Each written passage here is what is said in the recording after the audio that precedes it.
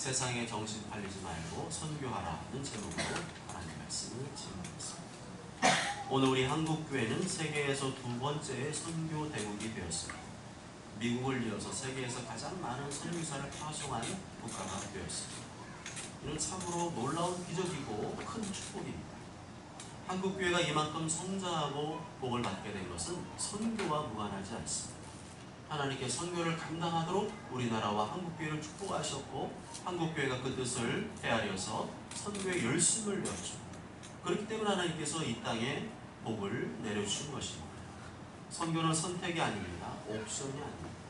선교는 예수님의 지상 명령입니다. 예수님께서 선교를 직접 명령하셨습니다. 그 명령을 지금도 우리에게 여전히 외치고 계시죠. 예수님께서는 그 명령에 순종한 자들을 통해서 기독교 2000년 역사를 이루어 오셨습니다. 예수님께서 지금도 끊임없이 그 명령을 따르는 자들을 통해서 하나님의 역사를 이루어가고 계십니다. 이제는 내가 선교 역사의 주인공이 되어야 할 차례입니다. 18절 말씀 다 함께 읽습니다. 시작. 예수께서 나와 말씀하여 이르시되 하늘과 땅의 모든 권세를 내게 주셨으니 아멘. 하나님 아버지께서 아들 예수님께 어떤 권세를 줬다고 말씀하죠? 하늘과 땅의 모든 권세를 내게 주셨다. 하늘과 땅의 모든 권세, 온 우주 만물을 다스리고 통치하는 권세, 이 모든 권세를 예수님께 다 위임하셨습니다. 예수님께 맡기셨습니다. 이제 예수님께서 온 우주 만물의 통치자이시고 지배자이고 주권자이시고 만왕의 왕이신 것입니다. 다시 말하면 모든 것이 주님의 주권과 계획 속에서 이루어지고 있다는 말이죠. 나의 모든 고난과 어려움도 주님의 주권과 계획 속에서 이루어지고 있다는 말입니다. 이 나라의 모든 상황도 주님의 주권과 계획 속에서 이루어지고 있다는 말입니다. 그래서 이 땅에 살아가는 동안에 생기는 여러 가지 일들, 좋은 일이든 나쁜 일이든 내가 원하는 대로 되든 되지 않든 모든 것은 다 하나님의 주권과 계획 속에서 이루어지고 있는 과정일 뿐입니다. 나 지금 어려워요, 힘들어요, 벅차요, 감당이 안 돼요, 의욕이 안 생겨요, 열정이 안 생겨요, 그래서 나는 끝난 것 같아요, 망한 것 같아요, 실패한 것 같아요. 그런 말은 하나님께 대한 믿음이 없는 말이죠. 하나님의 자녀들은 그런 믿음 없는 말을 해서는 안 됩니다. 모든 것은 주님의 주권과 계획 속에서 이루어지고 있는 과정입니다. 결론 난 게 아니라 과정이에요. 주님의 주권과 계획 속에서 모든 것이 이루어지고 있는 과정일 뿐이다. 그것을 믿는 사람에게는 그것만큼 위로와 소망이 되는 일이 없습니다. 만약에 지금 내 어려움과 고난이 이것으로 끝난다면 참 불행하겠죠. 그렇지만 주님의 주권과 계획을 믿는다면 그 모든 것은 주님의 뜻이 이루어지고 있는 과정에 불과한 것입니다. 19절에 예수님께서 세상을 떠나 하늘로 올라가시면서 무슨 말씀을 하시죠? 모든 민족을 제자로 삼아 아버지 아들과 성령의 이름으로 세례를 베풀고, 그 후에 또 무슨 명령하시죠? 20절 상반절에 보면 내가 너에게 분부한 모든 것을 가르쳐 지키게 하라. 이 말씀은 모든 예수님 믿는 자들의 정체성입니다. 모든 그리스도인들이 살아가야 되는 인생의 목적과 방향입니다. 사람이 목적과 방향을 잃어버리게 되면 방황하게 되죠. 그냥 되는 대로 살게 되고 막 살게 됩니다. 아무런 의미 없이 하루하루를 보내게 됩니다. 그러나 예수님께서는 분명히 우리에게 인생의 목적과 방향을 제시하셨습니다. 구원받은 하나님의 자녀들이 이 땅에서 그저 잘 먹고 잘 살고 돈 많이 벌다가 오라고 하지 않으시고 이 세상에서 해야 될 것이 있다고 말씀하셨습니다. 우리가 바라는 것들, 이 땅에서 필요한 것들 전부 다 그냥 필요한 거예요. 세계 선교를 위해 필요한 것입니다.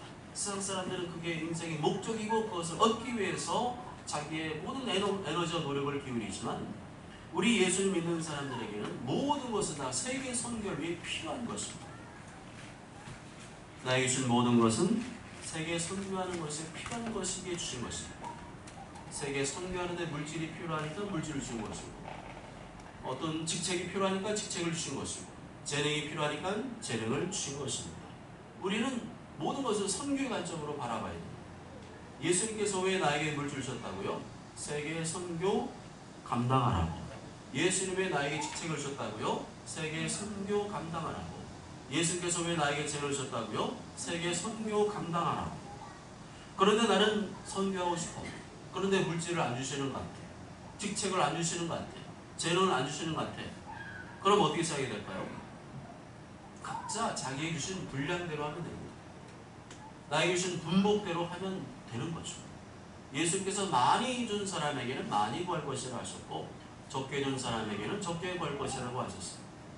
나보다 많이 받은 사람은 세계 선교를 많이 하면 되는 것이고 나보다 적게 받은 사람은 그것보다 적게 하면 되는 것이에요. 그러나 분명한 것은 많이 가졌든지 적게 가졌든지 그 누구도 예외 없이 세계 선교에 동참해야 한다는 것입니다. 하나님께 주신 분량 안에서 분복 안에서 각자 나름대로 세계 선교에 동참해야 한다는 것입니다. 나는 가진 게 조금밖에 없으니까 안 해도 되죠? 나는 버는 게 조금밖에 안 되니까 안 해도 되죠가 아니라 나에게 주신 분량 안에서 분복 안에서 한 사람의 그리스도인도 예외 없이 세계 선교에 동참해야 한다는 것입니다. 왜 그럴까요? 명령이기 때문이죠. 예수님께서는 예외 조항을 두지 않으셨습니다. 모든 제자들은 세계 선교의 사명을 감당해야 됩니다. 많이 준 사람은 많이 감당하면 되는 것이고 적게 준 사람은 적게 감당하면 되는 것입니다. 이 땅에서 뭐가 되고 뭐를 하고 그런 거는 인생의 목적이 아니라 세계 선교를 위한 도구이고 수단일 뿐입니다. 그래서 돈 좀 많이 벌었다고 우쭐거릴 것도 없고 높은 자리에 올랐다고 어깨에 으스댈 것도 없습니다. 오히려 그런 많은 것을 받은 사람일수록 하나님 앞에서는 더 큰 책임이 어깨에 지워진 거죠. 내가 만약에 한 달에 1억을 번다 그랬어요. 그럼 한 달에 선교원금을 얼마 하면 적당할까요? 한 5만 원 하면 될까요? 그건 아니죠. 누가 봐도 1억을 버는데 5만 원 하는 것은 말도 안 되는 거죠. 1억을 벌었으면 거기에 상응한 세계 선교의 책임이 있는 것입니다. 만약에 100만 원 버는 사람이 한 달에 5만 원 선교원금 한다고 생각하면 어때요? 많이 하는 거죠. 비율로 퍼센트로 따지는 거죠. 5달란트, 2달란트, 1달란트 예수님이 어떻게 그걸 평가했죠? 비율 평가, 비율. 2달란트 가진 사람은 2달란트, 5달란트 가진 사람은 5달란트, 1달란트 가진 사람한테는 1달란트를 남기기를 원하셨어요. 근데 아무것도 안 한 사람이 문제였죠. 주님은 퍼센트 비율로 하시지 그렇다고 예외는 아무도 없었어요. 자기는 예외라고 생각한 1달란트 가진 사람은 예수님 볼 때 게으르고 악한 종이라고 했죠. 그런 비율로 따진다면 1억 버는 사람 한 달에 얼마 정도 해야 돼요? 한 500만 원은 해야 되겠죠. 안 그렇습니까? 그런데 500만 원 하고도 남는 게 훨씬 많아요. 그런 생각을 안 하는 거죠. 내 거라고 생각하니까 못하는 거죠. 욕심 들어가니까 못하는 거죠. 분명히 기억해야 돼요. 다 하나님이신 겁니다. 따지고 보면 다 하나님의 것이고 하나님께서 왜 주셨을까요? 왜 주셨지? 나에게 이 물질 왜 줬지? 이 직책체는 왜 줬지? 왜 주신 거예요? 오늘 말씀 보면 세계 선교하라. 예수님 믿고 구원받은 사람은 늘 예수님의 은혜를 기억해요. 은혜, 하나님 은혜 주세요. 복을 주세요. 그런데 은혜와 복을 항상 있다고 생각하는 사람은요 점점 신앙의 열정이 식어지고 게을러질 겁니다. 성경에 말하는 은혜, 성경에 말하는 복은 예수 그리스도를 믿습니다. 늘 예수님의 십자가 은혜 생각하면서 거기에 젖어야 돼요. 어제 이렇게 가족들하고 얘기하다가 어떤 단어가 하나 튀어나왔어요. 영어 단어인데 soaking이라고 하죠. soaking, S-O-A-K-I, soaking. 현수는 알 거 같은데 soaking이 뭐냐면요 흠뻑 젖는 거예요. 흠뻑 젖는 것, 담가지는 것. 예수님의 은혜에 흠뻑 적셔지고 흠뻑 담가질 때 그 사람이 은혜가 있는 사람이고 복 있는 사람이지, 성경에는요 많이 가진 사람을 가리켜서 복 있는 사람이라고 말하지 않습니다. 예수님에 푹 잠겨있는데 많이 주시면 감사한 거고, 많이 안 주셔도 예수님에 푹 잠겨있는 사람은요 늘 은혜가 있어요. 정말 그런 사람이 내 옆에 있다는 것은 최고의 복인 거죠. 은혜를 기억한다는 것은 십자가를 기억하는 것이고, 복을 기억한다는 것은 예수님의 십자가를 기억하는 것입니다. 왜냐하면 십자가보다 더 큰 은혜와 복은 없기 때문입니다. 하나님의 아들 예수님께서 나를 구원하시기 위해 자기의 생명도 아끼지 않고 내어주셨습니다. 나에게 가장 좋은 것, 가장 귀한 것, 최고의 것을 내어주셨습니다. 그 갚을 수 없는 예수님의 은혜를 받았음을 생각한다면 이 땅에서 예수님 뜻을 이루기 위해 세계 선교 감당하기 위해 헌신하는 것은 당연한 거죠. 그런 마음이 없다면 그 사람은 죄와 사망에서 구원받지 못한 사람일 수 있습니다. 예수님께서는 가서 모든 민족을 제자 삼으라, 세례를 주라, 그리고 너에게 분부한 모든 것 곧 하나님의 말씀을 가르치고 또한 지키게 하라고 말씀하셨습니다. 가르쳐 지키게 한다는 말은 제자 양육이라는 말이죠. 세계 선교 속에 뭐가 포함되어 있는 거예요? 제자 양육이 포함되어 있는 겁니다. 복음만 전하면 게 아니라 복음을 전하 예수를 믿은 그 사람을 예수님의 제자로 만드는 작업까지 가야 그게 세계 선교를 이루는 거지. 내가 복음 전했어요, 나는 할 거 다 했어요, 그거 아니라는 거죠. 복음을 전하고 예수님을 믿게 하고 또 그 영혼이 하나님의 말씀을 배우고 또 지키는 사람까지 가야지만 그게 세계 선교가 이루어지는 것입니다. 우리가 이 땅에서 이거 하다가 오라는 거죠. 이 땅에서 영혼 구원을 제자 삼다가 오라는 겁니다. 세계 선교하다가 오라. 복음 전하다 오라. 그것이 우리에게 부여하신 가장 중요한 사명이죠. 첫 번째 사명은 뭐죠? 예배입니다. 두 번째 사명은 뭐죠? 선교입니다. 따라해보실까요? 예배, 선교, 예배, 선교. 이것은 타협할 수가 없어요. 하나님 예배하는 일 누가 방해한다? 그러면 나 안 해야 돼요? 아니죠. 예배는 사명입니다. 하나님 앞에 예배 드리는 일, 하나님 자녀의 정체성입니다. 내가 선교한다. 선교를 방해하면 나 안 해야 돼요? 아니죠. 선교는 사명입니다. 선교하다가 순교한 사람들 왜 그런 거예요? 선교하지 말라고 방해했는데 끝까지 선교했기 때문에 순교당한 것입니다. 예수님께서 그 후에 무엇을 약속하시죠? 20절 하반절에 보면 내가 세상 끝날까지 너희와 항상 함께 있으리라. 내가 너희와 항상 함께 있으리라. 이 말씀 왜 하셨을까요? 그 말씀의 뉘앙스로 보면 좋은 일만 있는 것이 아니라 안 좋은 일도 있을 것이다. 어려운 일도 있을 것이라는 걸 내포하고 있습니다. 너희들이 세계선교 감당하다 보면 고난도 당할 것이고 박해도 있을 것이고 심지어 순교도 당할 수 있을 것이다. 그렇지만 두려워하지 말아라. 염려하지 말아라. 걱정하지 말아라. 왜냐하면 내가 너희와 항상 함께 있을 것이기 때문이다. 내가 세상 끝날까지 너희와 항상 함께 있으리라. 다시 말하면 세계 선교하고 제자 양육하다가 어려움 만날 수 있고 고난 만날 수 있고 박해를 만날 수 있고 순교 당할 수도 있지만 걱정하지 말라는 거예요. 그 일을 당할 때 바로 그 자리에 예수님이 함께 하시기 때문에 아무 걱정하지 말라는 거예요. 우리는 이 말씀을 굳게 믿어야 돼요. 내 생각이나 감정을 믿지 말고 예수님 말씀을 굳게 믿어야 됩니다. 나에게 지금 벌어지고 있는 상황 환경들을 믿지 말고 예수님의 말씀을 굳게 믿어야 됩니다. 나에게 어려움이 생겼어요. 고난이 생겼어요. 이제는 안 될 것 같아요. 어려워요. 끝났어요. 망했어요. 생각하지 말고 예수님의 말씀을 굳게 믿으시기 바랍니다. 내가 세상 끝날까지 너희와 항상 함께 있으리라. 이 말씀을 믿는 사람이 이제 뭐 해야 돼요? 세계 선교해야죠. 이 말씀은 세계 선교하는 성도에 주신 말씀이에요. 세계 선교하는 성도에게 해당되는 말씀이고 세계 선교하는 성도에게 적용되는 말씀입니다.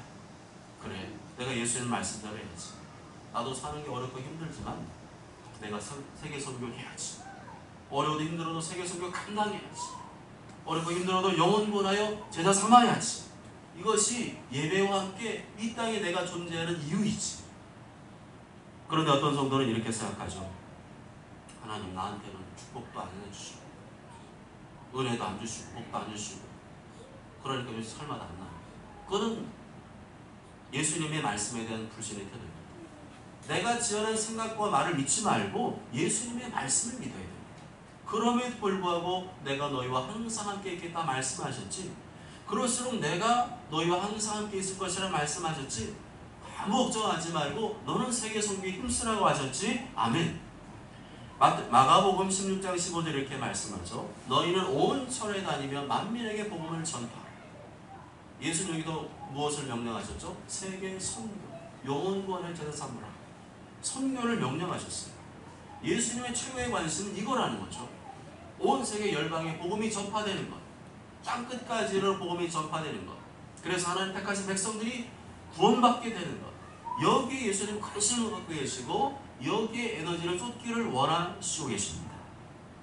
사도행전 1장 6절에서 8절까지 말씀 보면 이것은 예수님께서 하늘로 승천하시기 직전에 주신 말씀입니다. 6절 하반절에 그때 이제 제자들이 뭐가 되게 궁금했어요. 예수님 하늘로 올라가시기 전에 이거는 꼭 물어보고 싶어요. 그게 뭐였죠? 주께서 이스라엘 나라를 회복하심이 이때입니까? 주께서 이스라엘 나라, 우리나라 회복하실 때가 이때입니까? 그래서 예수님 뭐라고 하죠? 이르시되 때와 시기는 아버지께서 자기 권한을 주셨으니 너희가 알 바가 아니요. 무슨 말이죠? 이스라엘 나라가 회복되는지 말든지 신경 쓰지 말라는 거예요. 니들 나라가 로마 제국에서 해방되는 거에 대해 신경 쓰지 말라는 거예요. 우리는 그것에 너무 관심이 많은데 예수님께서는 그런 거에 대해서 신경 쓰지 말라고 하셨습니다. 트럼프가 우리 대한민국을 버릴지 말지 그거에 너무 신경 쓰지 말라는 거예요. 그거는 모두 하나님의 주권대로 되는 거니까 신경 쓰지 말라는 거예요. 이게 예수님의 말씀이죠. 물론 우리가 나라 쪽으로 해서 열심히 기도해야죠. 날마다 기도해야죠. 그렇지만 거기에 너무 매이지 말라는 거예요. 결국에는 누구의 뜻대로 되는 거죠? 하나님의 뜻대로 되거든요. 좀 세게 말씀드릴까요? 우리가 아무리 하나님 아버지 트럼프 대통령이 우리나라를 버리지 않게 하여 주시옵소서 한다 할지라도 하나님의 뜻이 트럼프가 우리나라를 버리는 거라면 어떻게 되는 거예요? 우리나라를 버리게 되는 겁니다. 중요한 것은 모든 것은 하나님의 뜻대로 된다는 생각을 가져야 돼요. 트럼프가 우리 버리면 어떡해? 아이고 우리나라 베네수엘라 되면 어떡해? 그러지 말라는 거예요. 우리나라가 베네수엘라 되는 게 하나님 뜻이라면 베네수엘라가 돼야 되는 거예요. 아멘? 센 믿음을 가지십시오. 이렇게 인간적인 믿음 갖지 마시고 하나님을 절적으로 믿고 주권을 저쪽으로 믿는다면 그렇게 되는 게 하나님 뜻이면 그렇게 돼야 되는 거예요. 그게 하나님을 기쁘시게 하는 거지. 안 돼요. 예수님 돌아가시면 안 돼요. 십자가 피로 주면 안 돼요. 안 돼요. 근데 예수님 뭐라 했어요? 사탄아 물러가자. 우리는 인간적인 생각, 사단의 생각 붙잡지 말고 예수님의 생각, 예수님의 말씀을 붙들어야 됩니다. 우리는 그래서 뉴스를 보면서 하나님께서 일하고 계시는 역사의 흐름을 봐야 돼요. 내가 기도하지만 흐름이 거꾸로 갈 수 있어요? 없어요? 거꾸로 갈 수 있어요.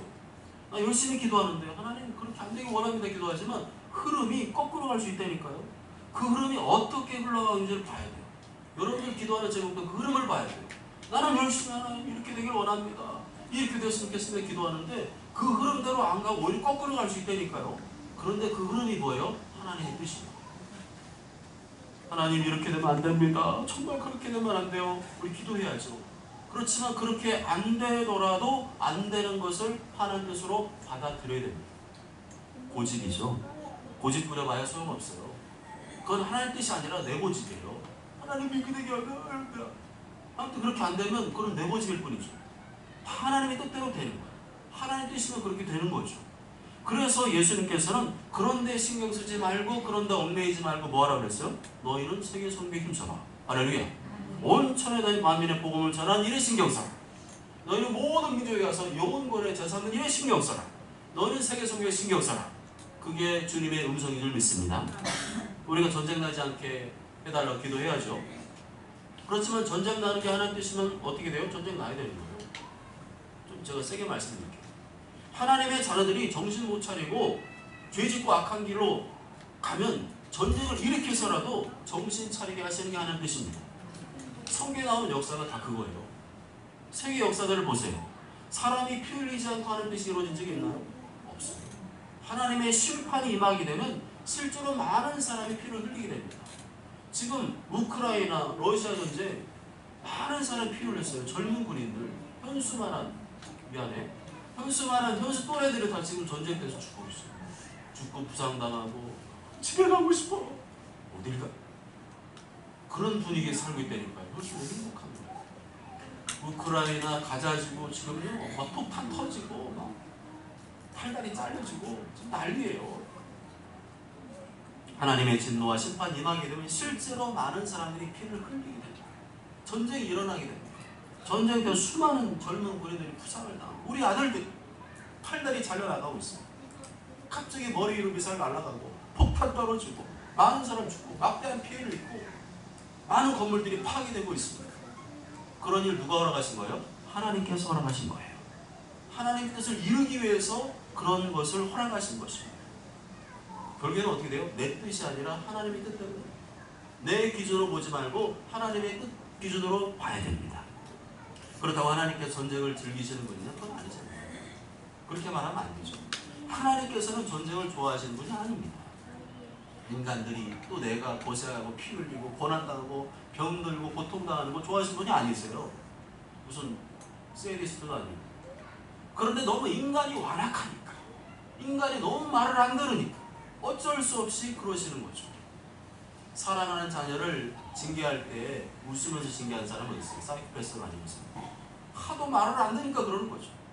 너무 인간이 하나님과 멀어지고 하나님 우습게 알고 하나님 깔보고 하나님 영광을 더럽히니까 하나님께서 자신의 이름을 위해서 자신의 영광을 위해서 심판을 집행하지 않으실 수가 없는 것입니다. 그렇게 이해하는 것이 바로 성경적인 관점이죠.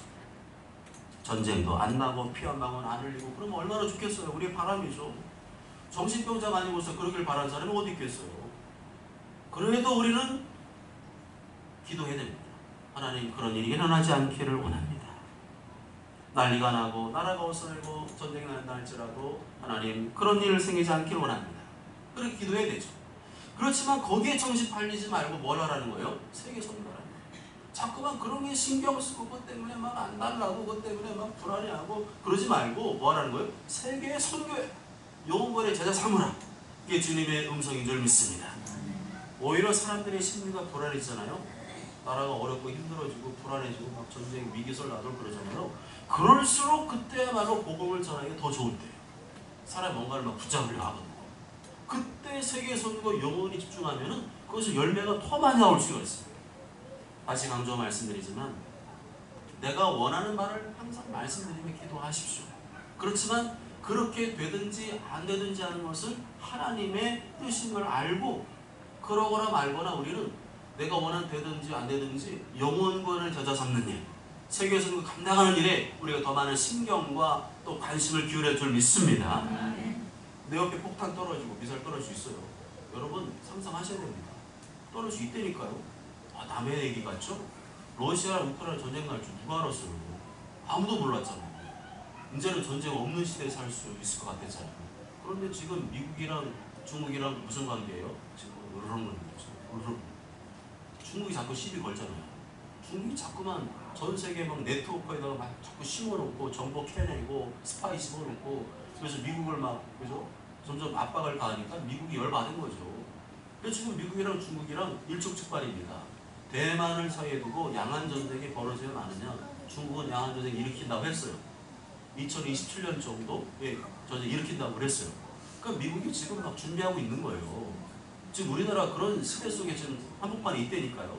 지금 흐름이 전쟁 나는 분위기입니까? 안 나는 분위기입니까? 나는 분위기로 가고 있어요. 이게 하나님 뜻이라는 것을 우리가 분명히 기억하고 있어야 됩니다. 내 옆에 폭탄이 떨어지고 미사일 떨어지고 내가 오늘 죽는 일이 있어 나는 한 그루에 사과 한 그루 씹겠다 그러지 마시고 나는 예수님 전하다 죽어야 되겠다. 할렐루야. 세계 선교다 죽어야 되겠다. 영원의 제사 삼다 죽어야 되겠다. 그런 각오로 사는 사람이 오늘 예수님 말씀한 그리스도인 줄 믿습니다. 7절 8절 다 함께 사도행전 1장 7절 8절 다 함께 읽습니다. 시작. 이르시되 때와 시기는 아버지께서 자기의 권한에 주셨으니 너희가 알 바 아니요 오직 성령이 너희에게 임하시면 너희가 권능을 받고 예루살렘과 온 유대와 사마리아 땅끝까지 이르러 내 증인이 되리라 하시니라. 아멘. 예수님 뭐라고 하셨죠? 너희가 알 바 아니요? 신경 끄라는 거예요. 걱정하지 말아라. 너희들은 세상 일에 너무 신경 쓰지 말고 세계 선교에 집중해라. 영혼권을 제자 삼는 일에 집중해라. 그걸 명령하셨어요. 그러기 위해서 8절에 뭐가 필요하다고 하셨죠? 오직 성령이 너에게 임하시라. 오직 성령이 너에게 임하셔야 된다. 성령의 능력과 권능이 임하시면 너희가 땅끝까지 이르러 내 증인이 될 것이다. 여기에 신경 쓰라는 거죠. 날마다 성령의 권능을 받는 일, 성령의 능력과 권능을 받는 일, 그래서 원수마귀를 결박하고 때려잡아서 한 영혼을 구원하고 살리는 일, 영혼과 하는 일, 제자 삼는 일, 여기에 포커스를 맞추고 이거 하다가 오라는 것입니다. 우리가 잘 아는 제시카 윤 목사님, 이분이 여기에 순종한 거죠. 그 목사님이 소속된 교단은 구세군입니다. 구세군 아시죠? 연말 연시에 이렇게 군인 목장 입고 나오셔서 딸랑딸랑 하면서 어린이술 돕시다 하는 분. 그게 구세군입니다. 구세군은 제복이 있어요. 이렇게 일반 교단처럼 양복 입는 게 아니라 제복 입고 또 사모님도 똑같이 목회자예요. 무조건 사모님 무조건 신학을 해야 되고 똑같이 사관복 입고 있죠. 부부예요. 부부. 목사님은 사관이라요. 사관 부부시죠. 근데 계급이 있습니다. 그래서 계급이 올라가요. 계속 섬기고 봉사할수록 계급이 무슨 사령관 무슨 뭐 이렇게 올라가요. 대대장 뭐 이런 게 있어요. 군대 계급 체계로 이렇게 돌아가죠. 오랫동안 미국에서 재활원 교회를 섬기셨기 때문에 이제 나이가 60 정도 되시니까 높은 직책을 맡게 되셨죠. 그런데 주님이 그때 말씀하시고 다 내려놓고 선교주로 가라. 이제 진짜 뭐가 좀 해볼만할 때 됐잖아. 이제 좀 뭔가 좀 교단에서 막 힘 있는 자리에 올라서 뭔가 좀 나도 입김을 딱 한번 바라면 영향력 있고 그런 자리인데 그때 예수님께서 선교주로 가라. 다 내려놓고 가라. 어디로 가라고요? 아프리카, 케냐로 가라. 그랬더니 제스카이 목사님이 엄청 고민 많이 했죠. 그러다 주님 말씀에 순종합니다. 나이 몇 살? 60이 넘어서 아프리카 케냐로 가셨어요. 20대 중반에 외동딸 하나 미국에 남겨놓고 선교지로 가셨어요. 얼마나 이 딸 씹도 안 갔는데 아직도 돌봐야 될 게 있는데 얼마나 마음이 아프셨겠어요. 그때 예수님 뭐라고 하셨어요? 걱정하지 마라. 네 딸은 내가 키운다. 할렐루야. 그런 거 신경 쓰지 말고 너는 뭐 하라는 거예요? 세계 선교하라는 거예요. 제스카이 목사님이 그렇게 헌신한 이유는 세계 선교를 예수님이 가장 기뻐하신 일이기 때문이죠. 제가 주를 위해서 그동안 한 게 별로 없네요. 누릴 거 다 누렸네요. 이제는 제가 예수님 위해서 헌신하겠습니다. 그러고 가신 거예요. 여러분 이 멘트가 와닿지 않습니까? 좀 나이와 상관없이 여러분 예수님 위해서 뭘 했나요? 별로 한 게 없다고 생각하지 않나요? 저도 그래요. 별로 한 게 없네요. 예수님 별로 한 게 없네요. 근데 조심해. 그때 예수님 말씀하셨어요. 다 내려놓고 가라. 지금도 예수님 명령에 순종해서 땅끝까지 이르러 세계 선교 감당한 선교사님들이 많이 계십니다. 우리나라 한국 선교사님이 전 세계 2만 명이 넘는 분이 나와 계세요. 대단하죠. 2만 명의 선교사님들 누가 지금 뒤에서 서포트하고 있다는 거예요? 한국교회가 뒤에서 기도하고 후원하고 있다는 거예요. 얼마나 참 그분들 귀하고 존경스러운 훌륭한 분이에요. 선교사님들 겉으로 볼 때는 우리가 볼 때 화려할 것 같죠. 실제 현실은 그렇지 않아요. 이름 없이 빛도 없이 아무도 알아주지 않습니다. 그래서 그냥 외국인으로 사는 거예요. 외국인. 우리나라 들어와 있는 외국인처럼 그냥 외국인으로 사는 거예요. 아프리카에 선교사님 가시면 다 그냥 청경 원숭이처럼 쳐다본다는 거예요. 피곤해. 이렇게 좀 외국인 취급하지 무슨 뭐 대단한 뭐 사람 취급하지 않습니다. 그냥 그곳에서 그분들 주님의 사명 붙들고 선교 계시는 거죠. 그러면 우리가 그분들을 알아줘야 되죠. 우리가 그분들을 환대하고 섬겨드려야 돼요. 그분들이 국내에 들어왔다는 연락 오면 잘 보세요. 얼마나 알아주지 않고 얼마나 힘들게 척박하게 사셨어요. 잘 섬겨드리는 것, 그것이 바로 또 다른 세계 선교에 동참하는 일입니다. 우리는 평소 그분들을 위해서 기도하고 협력하고 후원해야 됩니다. 이렇게 선교사님들을 위해서 기도하는 일 사명감으로 하죠. 우리는 오늘 피곤해서 오늘 좀 기도 좀 빨리 끝나야겠다. 내일 하지 뭐. 그럴 수 있지만 그분들은 오늘 그분들을 위해서 기도하지 않으면 그분들에게는 하루 종일 사탄이 집중 공격이 있다는 마음으로 우리가 간절히 기도할 줄 믿습니다. 네. 우리가 3년에 한 번씩 어디 가죠? 일본 가죠. 우리가 비싼 돈 들여서 일본에 왜 가는 거죠? 놀러 가는 거 아니잖아요. 뭐 놀러도 가지만 주 목적은 놀러 가는 게 아니에요. 그럴 것 같으면 안 갑니다. 가서 일본 교회를 섬기고 또 일본의 영혼들의 복음을 전하기 위해서 가는 겁니다. 그래서 전교인 수양회가 아니고 전교인 일본 수양회가 아니고 전교인 일본 선교 수양회. 그냥 수양회가 아니고 선교 수양회입니다. 지난번에 우리가 오사카 선교사님 가서 섬겨드렸잖아요. 여러분 뭐 별로 한 게 있다고 생각했어요? 한 게 없어요. 별로. 한국 음식 차려드리고 준비해드리고 그거밖에 없어요. 그런데 그 다음에 교회에서 난리가 났죠. 우리가 가기 전에 7, 8명 예배드리던 그 교회에 그 다음 주 30명이 넘게 왔습니다. 할렐루야. 선교사님도 놀래고 우리도 놀래고 우리가 뭐 별로 한 게 없는데 그래서 더 놀란 거예요. 뭘 좀 했으면 덜 놀라는데 한 게 없는데 그렇게 막 20명 30명 왔다니까 더 놀랬죠. 그러면서 의식 들어요. 하나님은 정말 아멘? 아멘. 우리가 한 게 있으면 우리가 좀 해석을 지르겠는데 한 게 하나도 없는데 하나님께서 영혼들을 막 붙여주시고 보내주시고.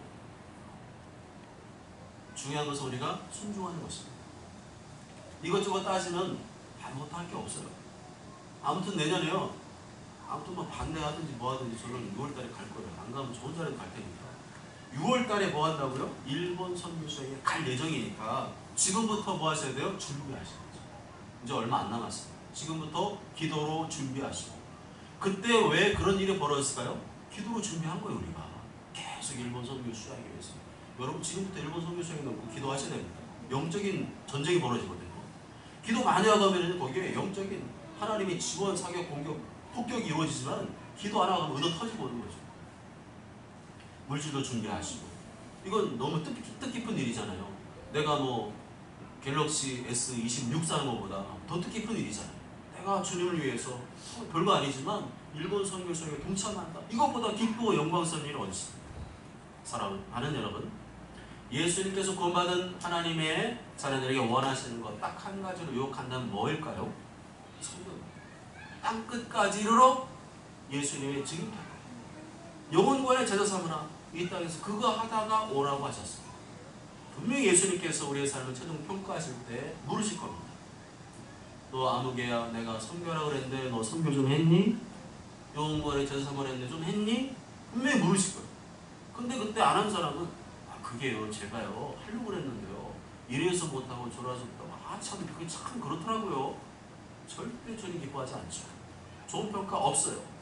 다른 사람은 그런 상황에서도 그렇게 열심히 했는데 너는 뭐 했니? 아무 할 말 없겠죠.